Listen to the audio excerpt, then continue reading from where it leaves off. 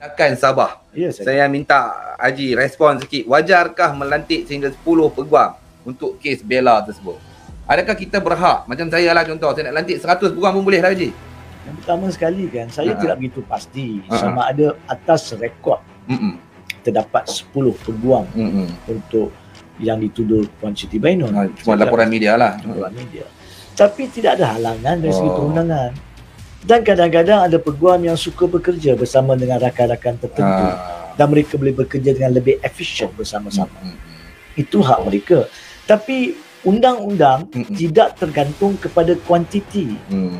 Dia bergantung kepada fakta, perundangan dan kualitas. Bukan kuantiti. Ya, bukan kuantiti. Dan ada juga menentu tentang perwakilan, ada juga orang mengatakan kalau mereka ada 10 orang peguam, kenapa anak syurga bela ni tak ada peguam? Macam tadi, pendakwa raya sudah mewakili. Laporan yang dibuat tentang kecederaan-kecederaan bela dibawa ke mahkamah. Oleh siapa? Oleh pendakwa raya. Pendakwa raya adalah penjaga keadilan masyarakat Malaysia. Kita dah sentuh tadi. Betul. Jadi mereka lah sekarang ni mewakili hak dan kepentingan bela. Tidak ada peguam sivil yang boleh bercakap bagi pihak bela dalam kes jenayah. Okey. Sebab itu walaupun dengan penuh hormat kepada Kebawah Duli Sultan Tengku Mahkota Johor, saya percaya yang pertama sekali saya perlu menyatakan ucap syabas. Sebab untuk seorang ketua negeri ataupun daripada susun galur ketua negeri untuk berpendapat dan memberi komen yang wajar berkaitan perkembangan masa berhubung dengan anak-anak istimewa. I think kita kena komplimen. Betul. Ini perkara yang betul. Dan untuk beliau kemudian memanggil ataupun beliau kemudian membenarkan menteri berkaitan untuk hadir berbincang perkara tersebut adalah satu perkara yang sihat. Tapi pada masa yang sama, walaupun beliau beliau ingin menyumbang peguam beliau untuk mewakili, tidak masalah. Tapi peranan yang boleh dimainkan oleh peguam-peguam sesiapa sahaja adalah terlampau tipis. Yang pertama sekali, mereka besar kemungkinan perlu membuat permohonan sebagai peguam rakan mahkamah, amicus curiae. Tapi amicus curiae ini di dalam kes jenayah cuma terpakai kepada pihak-pihak tertentu. Nombor satu, majlis peguam, sebab mereka adalah pemegang untuk undang-undang bersama dengan peguam negara untuk masyarakat, untuk undang-undang. Jadi kalau ada isu perundangan tentang hak-hak dan section-section berkaitan dengan anak-anak istimewa, maka peguam majlis peguam boleh diberi hak untuk menjadi rakan rakan mahkamah. Begitu juga dalam kes ini, kalau menteri atau kementerian ingin membuat permohonan untuk mewakili dengan bantuan peguam Tengku Mahkota Johor, maka mereka boleh cuba membuat amicus curiae, tapi itu untuk mahkamah membuat keputusan. Mahkamah boleh tolak? Mahkamah boleh tolak dan mungkin mahkamah bagi mereka jadi peguam pemerhati sahaja. Peguam pemerhati, maka peranan dia terlampau tipis. Dengar dan ambil catatan perkara yang perlu untuk kementerian dan kemudian memperbaiki atau memberi cadangan apa yang perlu dibaiki jika ada dalam section-section tertentu. Tapi itu adalah satu perkara yang sihat. Apa yang TMJ buat dan mana-mana pemimpin negeri lain nak ingin berhasrat buat adalah perkara yang sihat. Saya tidak kata tidak perlu buat, perlu buat. Tapi yang malangnya patut dibuat oleh pihak kementerian sendiri terlebih dahulu. Sebelum ada ketua negeri ataupun susun galur ketua negeri yang membercadangkan perkara itu. Walaupun that's all I want to comment on that. Peranan yang boleh dimainkan oleh peguam-peguam lain, kononnya mewakili kementerian, kononnya mewakili anak syurga bela, adalah terlampau sedikit. Sebab peranan yang paling utama dimainkan oleh pendakwa raya. Mereka lah yang bertanggungjawab untuk membawa di mahkamah, untuk membuktikan kes di mahkamah dan mendapat keputusan yang boleh memberi keadilan kepada anak syurga bela. Tanggungjawab mereka. Itu dari sudut perlembagaan dan perundangan. Tidak perlu ada 10 pendakwa raya. Cukup satu. Kalau mereka nak satu ke dua, itu budi bicara pendakwa raya. Itu ucapan tahniah daripada Tuan Haji Hanif Katri kepada Tengku Mahkota Johor kerana keprihatinan baginda dalam membantu seberapa daya yang boleh dalam melibatkan isu bela itu. Dan saya juga nak ucapkan tahniah juga kepada Tunku Mahkota Johor. Kerana apa? Dulu bola sepak Malaysia kena belasah. Kini bola sepak Malaysia telah makin meningkat naik. Saya nak ucapkan tahniah juga kepada Tunku Mahkota Johor kerana kemenangan bersejarah.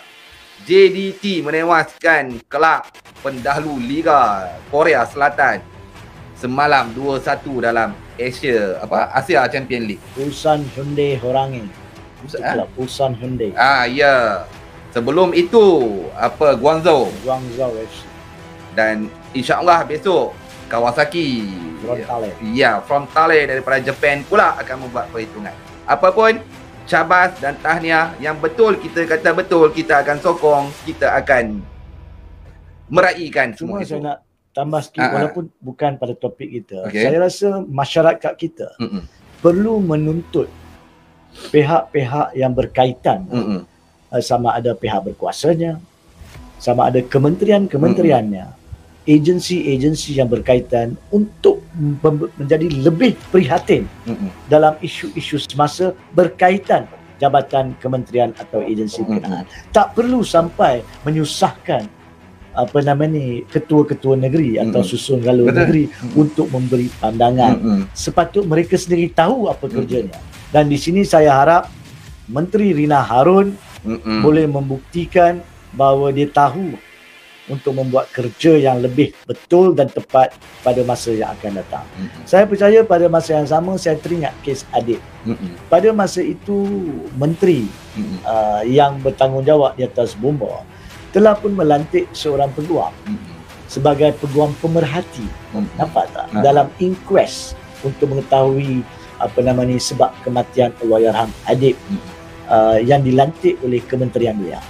Dan kemudiannya menjadi isu apabila peguam negara pada masa itu, Tommy Thomas, membuat arahan untuk memberhentikan atas konsep bahawa kononnya peguam itu tidak selari pandangan dengan pendakwa raya yang mewakili peguam negara. Itu cerita lain, itu ada kes dia dan saya mengendalikan kes komite proceeding yang masih berada di mahkamah, jadi saya tidak ingin melebarkan perkara itu, cuma untuk menyatakan ada menteri pernah buat.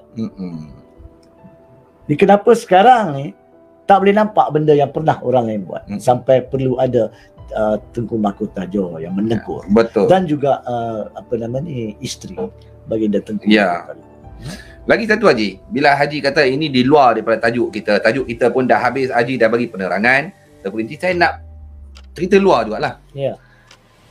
Tentang kes Bella ini. Apa-apa kes pun lah di Malaysia ni, selalunya pemimpin politik akan ke depan, akan berjuang itu ini. Tapi bila dalam kes Bella ni saya tengok kesemua pemimpin politik, apatah lagi ada bau pula kaitan dengan mereka, senyap sunyi. Sebenarnya bagi saya, saya tengok itu sebagai satu tanda yang sihat.